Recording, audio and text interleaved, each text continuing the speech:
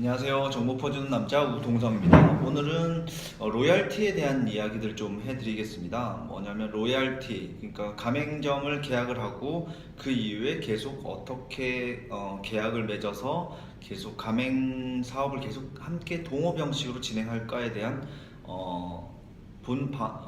가맹 본사로 돈을 주는 걸 얘기하는 건데요. 보통 일반적으로 가맹 사업의 어떤 규모가 한 1억 원대 정도, 그냥 우리가 생각하는 뭐 백다방이나 뭐 이런 것들은 거의 대부분이 20만 원 정도라고 보시면 됩니다. 부가세는 분명히 별도고요.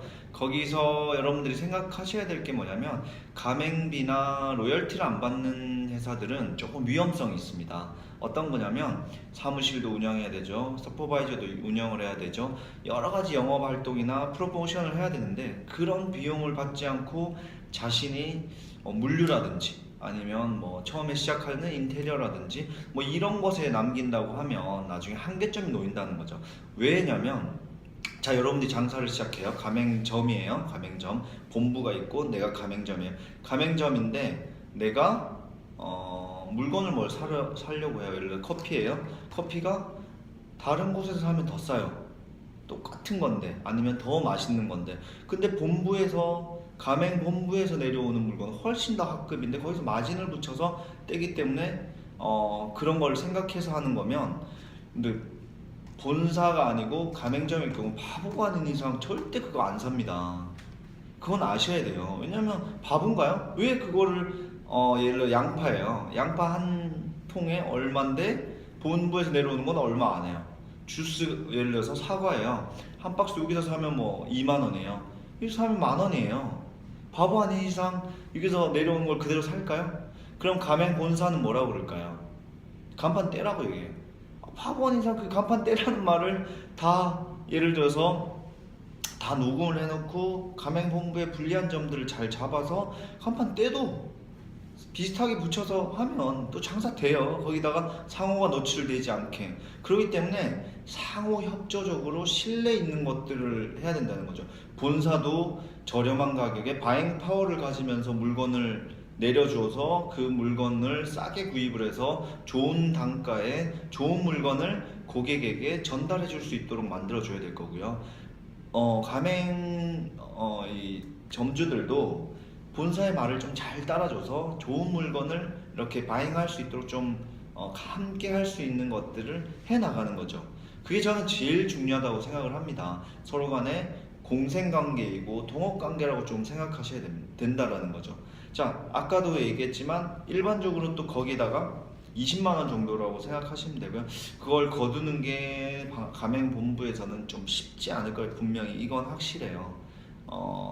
매출이 가맹점에서 가맹점주들이 매출이 잘 안 나올 때는 가장 먼저 태클을 거는 게 로열티일 겁니다. 그리고 일반적으로 여러분들이 생각하는 로열티를 수수료로 하는 매출 부분의 일정 부분으로 잡는 경우가 있는데요. 이런 경우는 또 어떤 문제가 생기냐면요. 여러분들이 매장을 운영해요. 그러면 단말기를 하나 더 설치해서 이쪽으로 매출을 빼는 거죠. 예를 들어서 4% 5% 정도 된다 그러면 1억 매출을 올렸을 때 400이나 500 정도의 로열티가 올라간다고 생각하면 그게 작은 돈이 아니잖아요. 그러면 반반 나눠서, 그러니까 이동형 그런 것들을 약간 편법을 써서 사용을 하는 거죠. 사업자를 여러 두 가지로 뭐 내서, 그러면 이쪽으로 잡힌 것만 뭐 한 3, 4천으로 잡아서 이쪽으로 가는 거죠. 본사로.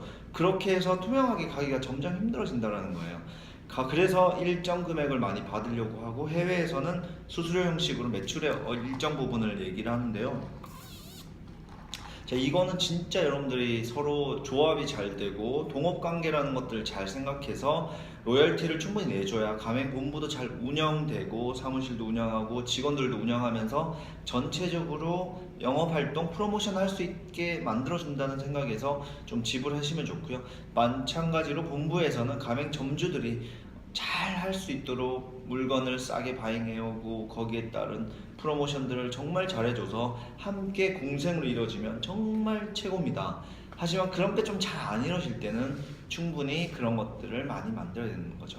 처음에 이제 장사를 시작할 때 로열티를 내지 않고 가맹비가 싸다는 것만으로 가시면 나중에 가맹본부가 뻗어서 난 이거 못하겠다. 인테리어 비용만 남아서 물류 비용만 남아서 이걸 운영하겠다. 힘들어진다는 거죠. 분명히 그런 회사들을 전 되게 많이 봤어요. 그렇기 때문에 로열티는 매달 나가는 그 브랜드를 사용하는 것에 대한 비용을 지불하는 겁니다. 그런 개념으로 좀 생각하시고요. 수수료 형식으로 가는 방식이 있고요. 정액으로 뭐 20만 원, 20만 원, 50만 원, 80만 원, 100만 원 이렇게 잡아놓고 하는 경우들이 있으니까요. 로열티에 대해서 너무 안 좋은 시각으로는 또 보지 마시고요. 서로 간에 좋은 연결고리를 해서 이 본사에 힘을 실어줘서 본사가 잘 영업하고 언론이나 이런 데서 때릴 때 잘 막아서 미리미리 좀 막아 놓을 수 있는 것들을 해 놓으시면, 여러분들이 뭐 작은 본사들 크잖아요. 나중에 그러면 분명히 언론에서 때립니다. 이거 뻔한 거 아니겠어요? 예를 들어 커피 가게를 여러분들이 하셔요. 강의하는. 그럼 커피 가게 성장을 했어요. 뭐 200개, 300개 냈어요. 그럼 공격 안 할 것 같아요. 비슷한 이유들이 언론이나 이런 데서 약점 잡아서 뭐 중급성이 들어간다든지, 뭐 그 기계에서 가루 가는 기계에서 뭐 한다든지, 뭐 별의별 것들로 다 잡아서 먹거리 엑스파일 한번 나오면 뭐 게임 끝나거든요. 그런 것들을 준비하기 위해서 본사에서는 충분히 법적인 조치라든지 여러 가지 언론에 대한 것들을 미리미리 좀 막아놓고 할 수 있는 것들의 비용을 충분히 모아놓고 있어야 된다는 거죠. 아니면 다 무너져요. 그런 부분으로 좀 그룹핑, 힘을 합쳐서 뭔가 해 나간다라고 좀 생각하시면 본부 입장을 잘 이해해 주실 수 있을 거고요. 가맹점주 입장을 이해해 주신다면 어떻게 서포트를 해줘서 이분들이 싸게 물건을 원가에 잘 사가지고 와서 잘 공급하고, 그리고 각종 여러 가지 인건 문제라든지 뭐 인테리어 부분이라든지 이런 거에 대한 어떻게든 서포트를 해줄 것이라는 것들을 생각하시면 아마 여러분들 로열티에 대한 정의는 조금 더 정리가 되실 겁니다. 오늘 로열티에 대한 이야기들 했고요. 앞으로 좀 더 계속 업그레이드 되면서 점점 이야기들, 브랜드를 만들어가는 이야기들을 한 번씩 해보도록 하겠습니다. 감사합니다.